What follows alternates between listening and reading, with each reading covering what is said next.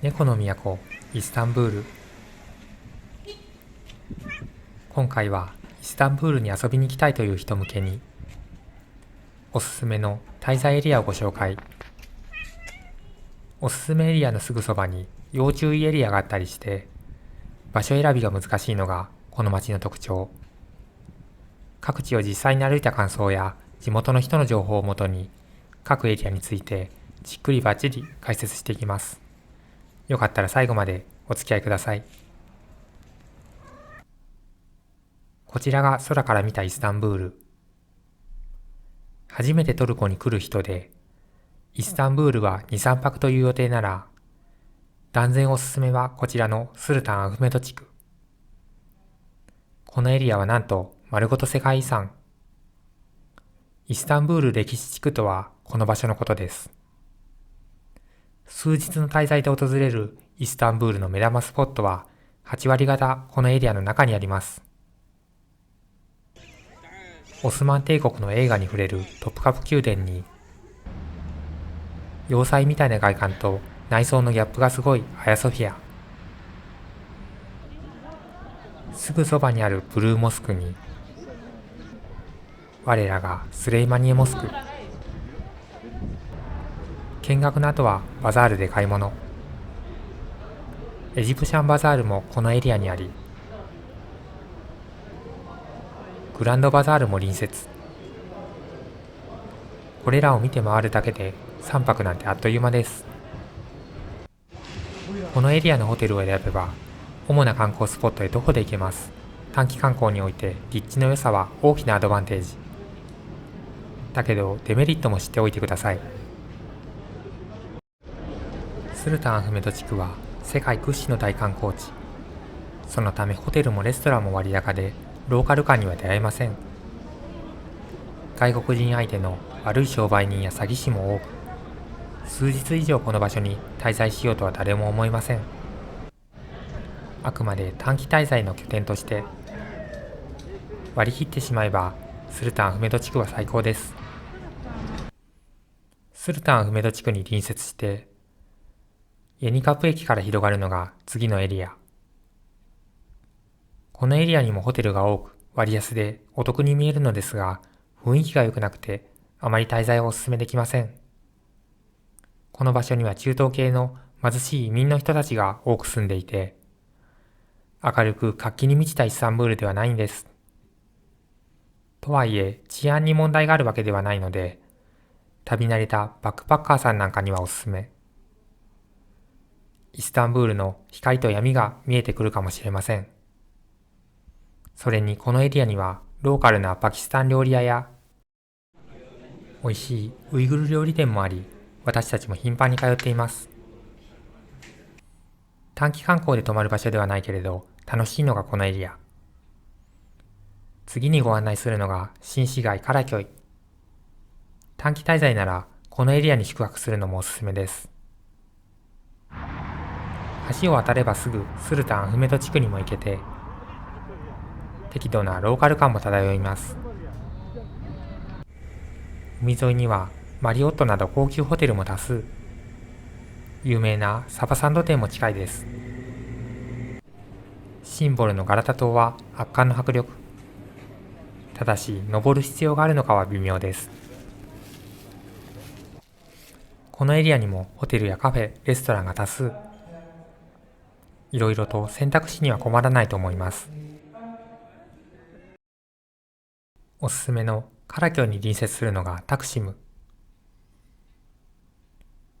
高級ホテル、大型ホテルが立ち並ぶエリアです。空港バスのメインの発着点にもなっていて便利。だけど滞在エリアとしてのおすすめ度は低めです。まずタクシム広場ってただの広場で見るものはありません。広場から続く大通りはイスタンブール一の繁華街。だけどその割に賑わいのある店はなく、ただたくさんの外国人が練り歩くだけの通りになっています。そしてタクシムからスルタンアフメド地区に行くのは面倒。観光の拠点にはなりにくいんです。路面電車は空港名備。タクシムはちょっと遊びに行くくらいで十分かも。タクシムに隣接する場所には問題の危険エリアがあります。10年以上前には本当に犯罪が多発し危険だったそう。最近では開発が進み犯罪は減ったそうですが、なんとなく陰鬱な空気があるのも事実。この場所には割安な Airbnb 物件が多数あって、事情を知らずに予約してしまう旅行者が結構いるんです。正直やめておいた方がいいです。だけどこの場所にあるパキスタン料理屋さんも好きで、最近よく食べに行っています。チキンビリヤニが絶品なんです。イスタンブールに4泊以上滞在される人なら、中心部から少し離れてベシクタシュやオルタキョイといった海沿いエリアに泊まるのもありです。このエリアは地元の若者が集い、活気あふれる素敵な場所。外国人観光客がぐっと減るので、地元のローカル感が味わえます。海沿いのホテルに泊まれば、ボスポラスビューを独り占め。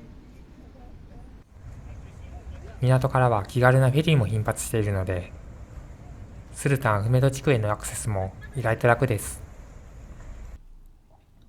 次にご紹介するのは、私たちが初めてトルコに来た時、1ヶ月滞在した思い入れのある場所、バラットです。バラットはもともと古いだけの住宅街。それが近年になって開発が進み、観光エリアになってきたんです。ただし開発といっても古い街並みは残したまま、特別見るものはないものの、街自体に趣があります。カフェやレストランもローカル感と観光客向けが入り混じり、選択肢も豊富で飽きることがありません。スルタン・アフメト地区へはバスのほかフェリーでも行けます。こちらも4泊以上、できれば1週間以上の滞在におすすめです。ここまで西側、ヨーロッパ側のエリアをご紹介してきましたが、ボスポラス海峡を渡ったアジア側も無視できません。ユスキタルはオスマン帝国時代からの歴史ある町。フェリーや日本が作った海底鉄道を使えば、スルタン・アフメト地区へのアクセスも楽ちん。この町のシンボルは海に浮かぶ乙女の塔。天気が良ければ対岸のアヤソフィアも見えます。やや保守的な地域だと言われますが、滞在には問題なし。ただし、大型ホテルがないので、慣れない人には厳しいかもしれません。ユスキダルも1週間以上いるなら選ぶ価値はあります。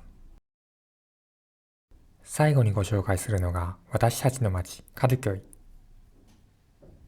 ベシクタシュと並んで若者に人気なのがこの町。特に海沿いのエリアはすごく開放的な雰囲気。平和で幸せがあふれていて心が温かくなる場所です。カドゥキョイの町に見どころはありませんが、猫はとにかく多いです。ヨーロッパ側に比べると物価も明らかに割安で、ローカル感あふれるのんびりした滞在ができます。ただし、カドゥキョイまで来ると英語はほとんど通じなくなります。日本語で話しかけてくる人なんてもちろんいなくて、スルタン・アフメト地区の特殊性にも気づくはず。こちらも1週間以上滞在するならぜひおすすめしたいエリア。3泊くらいの人だと移動のロスが大きくておすすめできません。最後に要点をまとめると、初トルコで3泊以下の滞在なら、立地重視でスルタン・アフメト地区やカラキョイがおすすめ。ホテルも豊富で選ぶのも楽しいと思います。同じく短期滞在におすすめと紹介されるタクシムですが、観光地へのアクセスの悪さが目立ち、個人的にはおすすめできません。お目当てのホテルがあるのなら、ここに泊まるのももちろんあり。ただし、隣接する危険エリアにはお気をつけください。あくまで感覚ですが、4泊以上するならベシクタシュなどのベイエリア。1週間以上いるなら歴史ある街並みのバラットや、アジア側のユスキダルやカドゥキョイもおすすめです。逆に言えば、スルタン・アフメト地区に1週間以上泊まるのはあまりおすすめはできません。以上、参考になれば幸いです。最後までご視聴ありがとうございました。